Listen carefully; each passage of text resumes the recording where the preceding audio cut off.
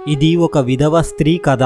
ఈ లోకంలో మనం సుఖంగా ఉన్నప్పుడు మన వెంట అందరూ ఉంటారు, కానీ అదే మనం కష్టాలలో ఉంటే మన వెంట ఎవ్వరూ ఉండరు. ఇది మన విధివ్రాతకు, మనం చేసిన కర్మలకు సంబంధించిన ఒక మంచి కథ. దయచేసి వీడియోను పూర్తిగా చూడండి, అలాగే వీడియోను లైక్ చేయడం మాత్రం మరచిపోవద్దు. పూర్వం ఒక ఊరిలో గౌరీ అనే ఒక విధవరాలు ఉండేది. ఆమె చాలా దుఃఖంలో ఉంది.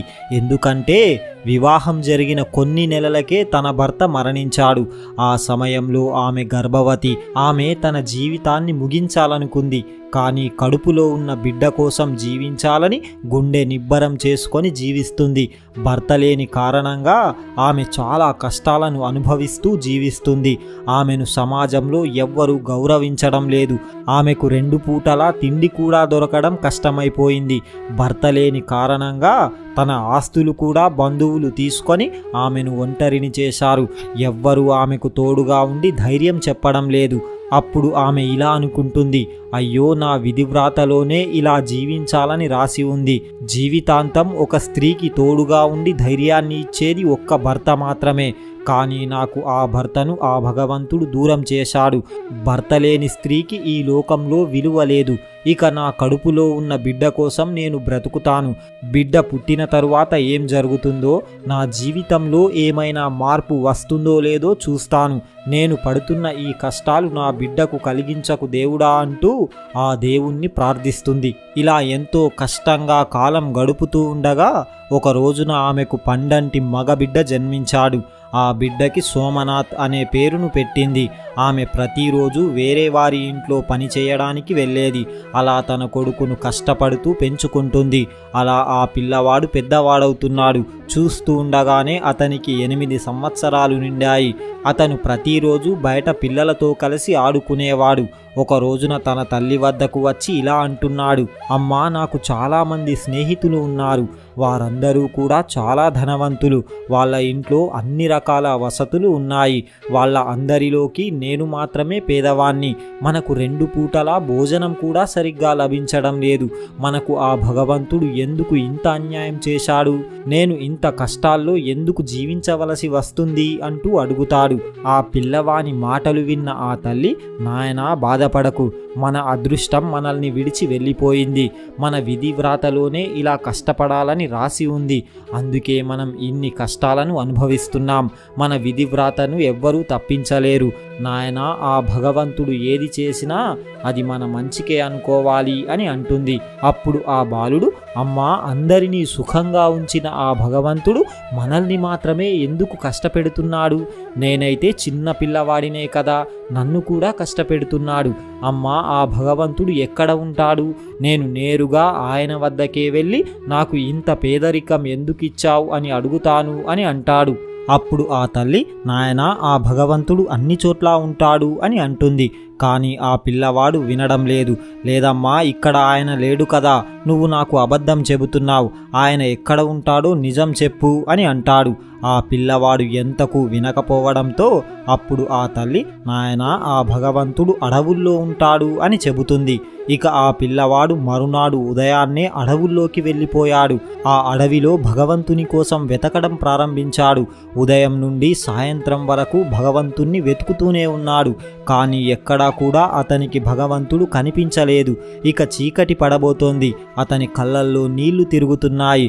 అతను గట్టిగా ఏడుస్తూ స్పృహ తప్పి ఆ అడవిలోనే పడిపోయాడు. అదే సమయంలో శ్రీ మహావిష్ణువు లక్ష్మీదేవితో కలిసి భూలోక భ్రమణం చేస్తూ అటుగా వెళ్తున్నాడు. అప్పుడే వారి దృష్టి ఆ బాలునిపై పడింది. అప్పుడు లక్ష్మీదేవి శ్రీ మహావిష్ణువుతో ఇలా అంటుంది, మహాదేవా, అటు చూడండి. ఆ చిన్న బాలుడు అడవిలో దారి తప్పి పడిపోయినట్టుగా ఉన్నాడు. అతనికి మనం సహాయం చేసి అతడిని వారి తల్లిదండ్రుల వద్దకు పంపించేద్దాం అని అంటుంది. ఇద్దరు మారువేషం ధరించి ఆ బాలుడి వద్దకు వెళ్తారు. అప్పుడు లక్ష్మీదేవి ఆ బాలుడితో ఇలా అంటుంది, నాయనా, నువ్వు ఎవరు? నీ పేరేమిటి? ఇంత దట్టమైన అడవిలోకి ఎందుకు వచ్చావు? నీ వెంట ఎవ్వరూ లేరా అంటూ అడుగుతుంది. అప్పుడు ఆ బాలుడు, నా పేరు సోమనాథ్, నేను భగవంతుణ్ణి కలవడానికి వెళ్తున్నాను అని అంటాడు. అప్పుడు ఆ లక్ష్మీదేవి ఎందుకు భగవంతుణ్ణి కలవాలనుకుంటున్నావు అంటూ అడుగుతుంది. అప్పుడు ఆ బాలుడు, నేను చాలా పేదవాడిని, నాకు 2 పూటలా కడుపు నిండా ఆహారం కూడా లభించడం లేదు, ఇంత కఠినమైన దరిద్రం నాకు ఎందుకు ఇచ్చాడో ఆయననే అడగడానికి వెళ్తున్నాను అని అంటాడు. అప్పుడు శ్రీ మహావిష్ణువు, నాయనా, నీ విధివ్రాతలోనే అలా రాసి ఉంది, ఇక దానిని నువ్వు అనుభవించవలసిందే, ఇక నువ్వు జాగ్రత్తగా మీ ఇంటికి వెళ్ళిపో అని అంటాడు. అప్పుడు ఆ బాలుడు, లేదు లేదు, నేను తప్పకుండా భగవంతుణ్ణి కలిసే వెళ్తాను, అప్పటి వరకు నేను ఇంటికి వెళ్ళను అని అంటాడు. అతని మాటలు విన్న లక్ష్మీదేవికి ఆ బాలునిపై దయ కలిగింది. ఆమె మహావిష్ణువుతో, దేవా, ఆ పిల్లవాడిని చూస్తే నాకు చాలా జాలి కలుగుతుంది, అతనికి ఏమైనా ఇవ్వండి అని అంటుంది. అప్పుడు శ్రీ మహావిష్ణువు, దేవి, ఆ బాలునికి నేను ఏమివ్వాలి, అతని విధివ్రాతలోనే ఏమీ లేదు, అతనికి పొందే అదృష్టం కూడా లేదు, నేను ఏది ఇచ్చినా అతను నిలుపుకోలేడు అని అంటాడు. అప్పుడు ఆ లక్ష్మీదేవి, దేవా, మన పని ఇవ్వడం, మీరైతే ఇవ్వండి, ఇక ఆ తరువాత ఆ పిల్లవాడి అదృష్టం అని అంటుంది. అప్పుడు శ్రీ మహావిష్ణువు ఆ బాలునికి ఒక వజ్రాల హారం ఇస్తూ, నాయనా, ఇది వజ్రాల హారం, దీనిని తీసుకొని ఇక నీ దరిద్రాన్ని పోగొట్టుకొని సుఖంగా జీవించు అని అంటాడు. ఇక ఆ బాలుడు ఎంతో సంతోషంగా ఆ హారాన్ని తీసుకొని ఇంటి వైపుకు తిరిగి వెళ్తున్నాడు. అదే సమయంలో అతనికి లఘుశంక రావడంతో ఆ హారాన్ని ఒక బండరాయిపై ఉంచి లఘుశంక తీర్చుకోవడానికి పక్కకు వెళ్తాడు. అదే సమయంలో ఒక పక్షి వచ్చి ఆ హారాన్ని తన నోటితో పట్టుకొని ఎగిరిపోయింది. అటు తిరిగి వచ్చిన ఆ యువకుడు చూస్తూ ఉండగానే ఆ పక్షి చాలా దూరం వెళ్ళిపోయింది. ఆ పిల్లవాడికి చాలా బాధ కలిగింది. గట్టిగా ఏడుస్తూ ఆ హారాన్ని ఇచ్చిన శ్రీ మహావిష్ణువు వైపుకు పరుగులు తీశాడు. వాళ్ళు దేవుళ్ళు అని అతనికి ఏమీ తెలియదు. వాళ్ళ దగ్గరకు చేరుకొని ఏడుస్తూ, చూడండి, మీరు నాకు ఇచ్చిన ఆ హారం ఒక పక్షి ఎత్తుకుపోయింది అని అంటాడు. అప్పుడు వాళ్ళిద్దరూ, నాయనా, మేం ఇవ్వవలసింది నీకు ఇచ్చేశాము, నువ్వు దానిని నిలుపుకోలేకపోయావు, ఇక నువ్వు బ్రహ్మదేవుని వద్దకు వెళ్ళి ఆయననే అడుగు అని అంటారు. అప్పుడు ఆ బాలుడు, అయితే ఆయన ఎక్కడ ఉంటాడు అని అడుగుతాడు. నాయనా, నువ్వు ఇంకా కొద్దిగా ముందుకు వెళ్ళి పిలిస్తే ఆయన పలుకుతాడు అంటూ ఆ పిల్లవానికి బ్రహ్మదేవుణ్ణి చూసేలా వరమిస్తాడు. బ్రహ్మదేవునికి కూడా ఆ బాలునికి దర్శనమివ్వమని ఆదేశిస్తాడు. అలా ఆ బాలుడు శ్రీ మహావిష్ణువు చెప్పిన దారిలోనే వెళ్తూ బ్రహ్మదేవుణ్ణి పిలుస్తాడు. వెంటనే బ్రహ్మదేవుడు ప్రత్యక్షమై, నాయనా, ఏం కావాలి, ఎందుకు నన్ను పిలిచావు అంటూ అడుగుతాడు. అప్పుడు ఆ బాలుడు, దేవా, నేను చాలా పేదవాణ్ణి, మీరు నా జీవితాన్ని మార్చి నాకు మంచి సుఖమైన జీవితాన్ని ప్రసాదించండి అంటూ వేడుకుంటాడు. అప్పుడు ఆ బ్రహ్మదేవుడు, నాయనా, నీ విధివ్రాతలో అంతా దుఃఖమే నిండి ఉంది, నీకు అదృష్టం సుఖం లేనేలేదు, నేను నీకు ఏమివ్వాలి అని అంటాడు. అప్పుడు ఆ బాలుడు, లేదు, నాకు మీరు తప్పకుండా ఏదో ఒక సహాయం చేయాలి, లేదంటే నేను ఇక్కడ నుండి వెళ్ళను అని అంటాడు. అప్పుడు బ్రహ్మదేవుడు ఆ బాలునికి ఒక బంగారపు ఉంగరము ఇచ్చి, దీనిని తీసుకొని జాగ్రత్తగా ఇంటికి వెళ్ళిపో అని అంటాడు. అప్పుడు ఆ బాలుడు ఆనందంగా ఉంగరాన్ని తీసుకొని ఇంటి వైపుకు వెళ్తున్నాడు. అదే సమయంలో అతనికి విపరీతమైన దాహం వేస్తుంది. కొద్దిగా ముందుకు వెళ్ళగానే అతనికి ఒక నది కనిపించింది. నీటిని త్రాగుదామని ఆ నదిలోకి వంగుతాడు. అదే సమయంలో అతని జేబులో ఉన్న బంగారపు ఉంగరం ఆ నదిలో పడిపోయింది. చూస్తూ ఉండగానే ఒక చేప వచ్చి ఆ ఉంగరాన్ని మింగేసింది. అది చూసి అతనికి చాలా బాధ కలిగింది. ఏడుస్తూ తన ఇంటికి చేరుకొని తన తల్లితో ఇలా అంటున్నాడు, అమ్మా, నేను దేవుడిని అడుగుదామని అడవిలోకి వెళ్తే ఎవరో ఇద్దరు వచ్చి నాకు ఒక వజ్రాల హారాన్ని ఇచ్చారు. దానిని తీసుకొని వస్తుండగా దానిని ఒక పక్షి ఎత్తుకుపోయింది. ఆ తరువాత నేను బ్రహ్మదేవుని వద్దకు వెళ్తే ఆయన ఒక బంగారపు ఉంగరాన్ని ఇచ్చాడు. అది కూడా నదిలో పడిపోయింది. దానిని ఒక చేప మింగేసింది. అమ్మా, నా అదృష్టం కొద్దిసేపట్లో మారిపోయేది, కానీ నా అజాగ్రత్త వల్ల అంతా దూరమైపోయింది అని అంటాడు. అప్పుడు ఆ తల్లి, నాయనా, నువ్వేమైనా కలగన్నావా? ఏదేదో ఊహించుకొని అంతా పిచ్చి పిచ్చిగా మాట్లాడుతున్నావు. నీకు దేవుడు కనిపించి వరమివ్వడమేంటి? అలా ఏమీ జరగదు, నువ్వు వెళ్ళి ఆడుకో అని అంటుంది. తన తల్లి తాను చెప్పింది నమ్మకపోవడంతో అతనికి ఆశ్చర్యం కలిగింది. తనకు బ్రహ్మదేవుడు కనిపించింది తన తల్లికి ఎలాగైనా నిరూపించుకోవాలనుకున్నాడు. మరుసటి రోజు ఉదయాన్నే నిన్న బ్రహ్మదేవుణ్ణి కలుసుకున్న చోటుకే వెళ్ళి ఆయనను పిలుస్తాడు. వెంటనే బ్రహ్మదేవుడు ప్రత్యక్షమవుతాడు. దేవా, మీరు నాకు ఇచ్చిన ఆ బంగారపు ఉంగరం నదిలో పడిపోయింది. దానిని ఒక చేప మింగేసింది. ఇక మీరే ఏదైనా ఇచ్చి నా జీవితాన్ని మార్చండి. ఈసారి నేను దానిని చాలా జాగ్రత్తగా ఇంటికి తీసుకువెళ్తాను అని అంటాడు. అప్పుడు ఆ బ్రహ్మదేవుడు, ఇక నీకు సహాయం చేయడం నా వల్ల కాదు. నిన్ను ఒక చోటుకు తీసుకువెళ్తాను. ఇక ఆయన నీకు తప్పకుండా సహాయం చేస్తాడు అంటూ ఆ బాలుణ్ణి నేరుగా మహాశివుని వద్దకు తీసుకువెళ్తాడు. అప్పుడు మహాశివునితో, దేవా, ఈ బాలుని విధివ్రాతలో సుఖం లేదు. కానీ మీరు ఏదైనా ఇతనికి సహాయం చేయండి. నేను సహాయం చేసినా అది ఫలించడం లేదు అని అంటాడు. అప్పుడు మహాశివుడు అతనికి ఒక వజ్రాల మూటను ఇచ్చి, నాయనా, నువ్వు దీనిని తీసుకొని ఆనందంగా జీవించు అని అంటాడు. ఆ వజ్రాల మూటను తీసుకొని ఆనందంగా బ్రహ్మదేవుని సహాయంతో ఊరికి చేరుకున్నాడు. ఈ వజ్రాలను అమ్మ చూస్తే చాలా ఆనందిస్తుంది అంటూ ఇంటికి చేరుకున్నాడు. కానీ ఆ సమయంలో ఇంట్లో అమ్మ లేదు. పని చేయడానికి బయటకు వెళ్ళింది. అతను ఆ మూటను ఒక చెంబులో ఉంచి అమ్మను తీసుకురావడానికి బయటకు వెళ్తాడు. అదే సమయంలో వారి ఇంట్లో దొంగలు పడి ఆ వజ్రాల మూట పెట్టిన ఆ చెంబును ఎత్తుకు వెళ్ళిపోయారు. ఇక తల్లికి అన్నీ చెప్పి ఇంటికి తీసుకువచ్చి చూడగా అక్కడ వజ్రాల మూట లేదు.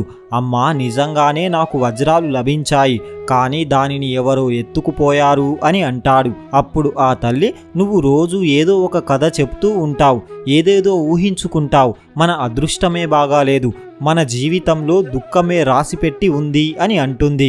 అతనికి చాలా నిరాశ కలిగింది. మరుసటి రోజు మళ్ళీ బ్రహ్మదేవుని దగ్గరకు చేరుకొని, దేవా, నేను ఆ వజ్రాల మూటను ఇంట్లో పెట్టి నేను మా అమ్మ కోసం బయటకు వెళ్ళాను. వచ్చి చూసేసరికి ఆ వజ్రాలు కనిపించలేదు. అవి ఏమైపోయాయో నాకు అర్థం కావడం లేదు అని అంటాడు. అప్పుడు బ్రహ్మదేవుడు, నాయనా, ఇక నీ అదృష్టాన్ని మార్చడం మా వల్ల కాదు. నేను, మహావిష్ణువు, మహాదేవుడు ముగ్గురం కూడా ఏమీ చేయలేకపోయాం. మేము సహాయం చేసినా అది నీకు లభించడం లేదు. అసలు నీకు అదృష్టమే లేదు అని అంటాడు. అప్పుడు ఆ బాలుడు, దేవా, మరి నేను ఏం చెయ్యాలి? ఏం చేస్తే నా జీవితం మారుతుంది అంటూ అడుగుతాడు.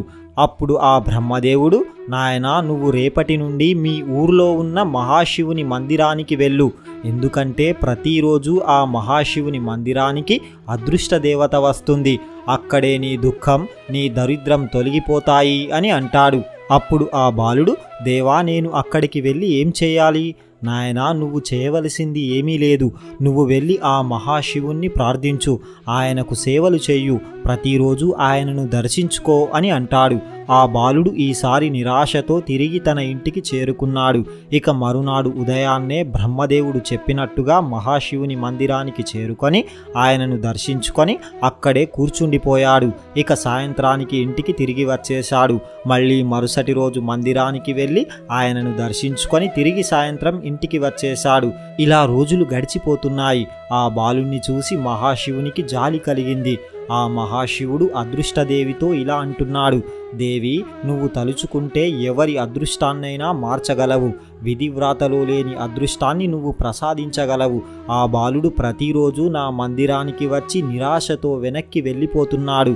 నువ్వు అతనికి కొంచెం అదృష్టాన్ని ప్రసాదించి అతని జీవితాన్ని మార్చు అని అంటాడు. అప్పుడు ఆ అదృష్టదేవి, మహాదేవా, బ్రహ్మదేవుడు అతని విధివ్రాతలో అదృష్టం, సుఖం రాయనే లేదు. అతని రాతలో కేవలం దుఃఖమే నిండి ఉంది. అతనికి నేను ఏమి ఇవ్వగలను అని అంటుంది. అప్పుడు మహాశివుడు, దేవి, నువ్వైతే అదృష్టదేవతవు, దరిద్రులను కూడా ధనవంతులుగా మార్చగలవు. విధివ్రాతలో లేని అదృష్టాన్ని నువ్వు ప్రసాదించగలవు. దేవి, నా మందిరానికి వచ్చి బాధతో తిరిగి వెళ్తే నాకు చాలా బాధగా ఉంటుంది. ఆ పిల్లవాడు తన అదృష్టాన్ని మార్చుకోవడానికి ఎంతగానో తపిస్తున్నాడు. తన తల్లిని సుఖంగా ఉంచాలనుకుంటున్నాడు. నువ్వు అతనిపై దయ చూపించు అని అంటాడు. ఆ మహాశివుని ఆదేశంతో ఆ అదృష్టదేవి మరునాడు మందిరానికి వెళ్ళింది. అక్కడ బాలుణ్ణి చూసి అతని పక్కన ఒక బంగారు నాణ్యం ఉంచింది. ఆ బంగారు నాణ్యం చూసి అతనికి చాలా ఆనందం కలిగింది. దానిని తీసుకువెళ్ళి జాగ్రత్తగా తన తల్లికి ఇస్తూ జరిగినదంతా చెప్తాడు. ఆ దేవుడు మనపై దయతలచాడు అంటూ ఆ తల్లి ఆ బంగారు నాణ్యంతో చిన్న వ్యాపారం చేయాలనుకుంది. మరుసటి రోజు ఆ నాణ్యాన్ని ధనంగా మార్చి చేపల వ్యాపారం మొదలుపెట్టారు. ఒకసారి ఒక చేపను కోస్తున్నప్పుడు ఆ చేప కడుపులోంచి ఒక బంగారు ఉంగరం బయటపడింది. అది చూసిన ఆ బాలుడు, అమ్మా నేను చెప్పాను కదా, ఈ బంగారు ఉంగరం బ్రహ్మదేవుడు ఇచ్చినదే. ఆ రోజు ఈ చేప మింగేసింది, ఈరోజు అదే మన వద్దకు తిరిగి వచ్చింది అని అంటాడు. ఇక ఆ తల్లి బాలుణ్ణి పూర్తిగా నమ్మింది. ఆ తల్లి చాలా సంతోషించింది. ఒకరోజు ఆ తల్లి తన కుమారుడితో, నాయనా మనం ఈరోజు బ్రాహ్మణులకు భోజనం పెడదాం, వంట చేయడానికి పక్కనే ఉన్న అడవిలోకి వెళ్ళి ఎండిపోయిన కట్టెలు తీసుకురా అని అంటుంది. ఆ బాలుడు కట్టెల కోసం అడవికి వెళ్తాడు. ఒక ఎండిపోయిన చెట్టుపైకి కట్టెల కోసం ఎక్కుతాడు.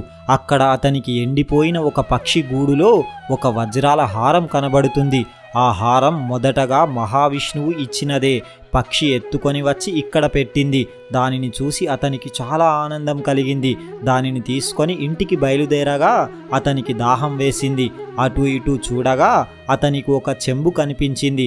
దానితో నీళ్లు ముంచి తాగుదామని దానిని చేతిలోకి తీసుకోగా అందులో వజ్రాల మూట కనిపించింది.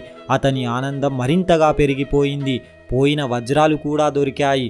ఆ వజ్రాల హారము, వజ్రాలు రెండూ తీసుకొని ఇంటికి చేరుకున్నాడు. వాటిని తల్లికి ఇచ్చి, అమ్మా నువ్వు నమ్మలేదు కదా, ఇదిగో నేను ముందుగా నీకు చెప్పిన వజ్రాల హారం, వజ్రాలు మళ్ళీ నాకు దొరికాయి అని అంటాడు. ఆనందంగా తన కుమారుణ్ణి గుండెలకు హత్తుకొని, నాయనా నువ్వు చాలా అదృష్టవంతుడివి, నీకు దేవతల దర్శనం కలిగింది, వారే మన దరిద్రాన్ని పోగొట్టి మనకు ఇంతటి అదృష్టాన్ని ప్రసాదించారు అని అంటుంది. ఇక అప్పటి నుండి వాళ్ళ జీవితమే మారిపోయింది. చాలా సంతోషంగా తమ జీవితాన్ని జీవిస్తున్నారు. చూశారు కదా, అదృష్ట దేవత దృష్టి మనపైన ఉంటే ఎన్నో సంవత్సరాల నుండి ఉన్న దరిద్రం కూడా మనకు అదృష్టంగా మారుతుంది. ఆమె అనుగ్రహం మనపైన లేకపోతే ఎందరు దేవుళ్ళు ఎంత ధనం మనకు ప్రసాదించినా, ఎన్ని సహాయాలు చేసినా అది మనకు లభించదు. అలాగే ఆ మహాశివుని కృప కూడా మనపైన ఉంటే ఏ కష్టాలు మనల్ని ఏమీ చేయలేవు. చూశారు కదా, మీకు గనక ఈ వీడియో నచ్చితే జై శ్రీకృష్ణ అని ఒక చిన్న కామెంట్ చేయండి. ఇలాంటి మరిన్ని వీడియోస్ కోసం ఇప్పుడే మా ఛానల్ని సబ్స్క్రైబ్ చేసుకోండి. పక్కనే ఉన్న బెల్ ఐకాన్ని ప్రెస్ చేయండి. మా వీడియోని లైక్ చేయండి, షేర్ చేయండి. జై శ్రీకృష్ణ.